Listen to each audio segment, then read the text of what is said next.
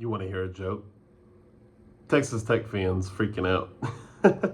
It's kind of funny though, really. No, it is kind of funny because when I think about every school in this conference being good at some point, whether that be TCU on their national championship run, BYU going to a conference championship, Arizona State winning the conference championship, Kansas State being good, Iowa State being good, you don't really hear the vibrato from those fans that you do from Texas Tech. And listen, I get it. Winning is hard. Winning is very, very hard. And I took that for granted as an Oklahoma State fan. Kind of just showed up to Boone Pickens Stadium in my freshman year in 2017 going, yeah, we're ranked. You know what I mean? Big deal. You know what I mean? Now you've lost 20 straight FBS games. Kind of hits different. You know what I mean? Like you kind of forget about winning and you kind of forget about how hard it is to win. So I don't really have any problem with being excited. I don't have any problem with excitement about your team in the future and all that kind of thing, right?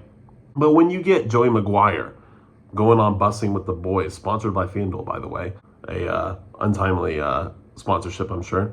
But when you get them on Bussing with the Boys this month, and you're talking about how sacred high school football is, and for Friday nights, and you can't, we're not going to play on a Friday night, this is ridiculous. And then you have other, famous accounts and podcasters coming out saying the 0-18 teams should be playing on Friday nights.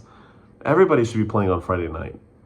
Everybody has played on Friday night. That's just what it is in the Big 12, and that's kind of the media deal you took, and that's what you signed on for. And nobody had a problem with it when everybody was signing the deal. Nobody said anything about Friday night games. We all knew we were going to have to do it. So it's just those little things. It's just those little arrogant things that make Texas Tech fans have to wear some egg on their face. You know what I mean? Like this situation is a big L for Texas Tech. Now, for Brendan Sorsby personally, I think it sucks. I think the kid had a lot of talent.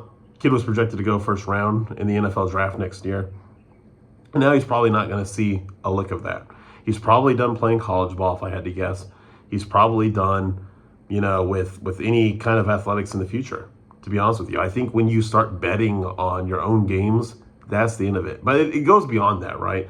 Like the kid really does need help. When you're sitting at Great American Ballpark in Cincinnati and you're throwing a buck or two on every pitch, like that's when you know you need help. You know what I mean? Like when you're making thousands of bets, allegedly, for your sports account, like that's when you know you need help. So, I'm glad like Brendan Sorsby as an individual is getting that help. But I'm also not feeling sad about like all the trolling. I'm not feeling sad about the position that Texas Tech fans have put themselves in.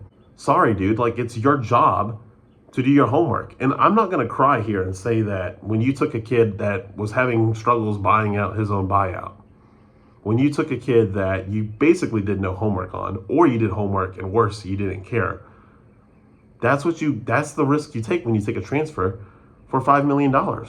And on top of this, we have Texas Tech fans saying that, Cincinnati knew and they leaked it. Even if they did, bro, it's your job. It is your job to vet your product. If you're going to spend $5 million on a NIL deal, make sure that's worth your money. Like, it's not Cincinnati's job to do your homework. You want to steal a kid from their program, don't be mad when they don't really disclose that, Brendan Sorsby might have a gambling issue. Like, that's on you. But I think the real issue here is that we are giving millions of dollars to college kids who have unfeathered access to gambling. I mean, you can probably go on Polymarket right now and bet whether the president wipes front to back or back to front. So are we really going to be shocked that we're going to see, another 1,000 Brendan Sorsbys out there, another, how many ever, betting on random stuff, betting on, gambling, sports, gambling, whatever? Like, I don't think this is the end. Like, I think this is just the beginning. You've given college kids a lot of money and a lot of access to gambling. Like, I think this is going to cause issues for months and months and months to come. And buckle up, the NCAA has really got to figure this out. And to be honest with you, I don't know how much teeth and how quickly the NCAA can figure all of this out for Brendan Sorsby. Like, I think this is probably going to be pawned on to the Big 12 to decide, and that's going to get really interesting. And you think that Texas Tech hates the Big 12 now? Wait until they investigate this and rule Brendan Sorsby ineligible for the year, and they're stuck with a guy with a broken ACL running around for his life against Abilene Christian.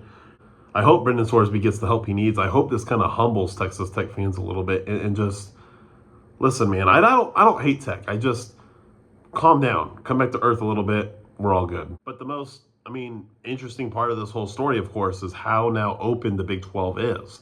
If you're Oklahoma State, you got to be thinking like we are in this. If you are Kansas State, you got to be thinking we are in this. BYU obviously thinks they're in this. TCU probably thinks they're in this. Houston is maybe thinking that they have a shot at this now. There's a lot of teams in this hunt that are now licking their lips. We've gone from a one-horse race with a tight pool to now a very tight pool. I think Tech is still a good team. They're still in that, but game on. Let's go play now.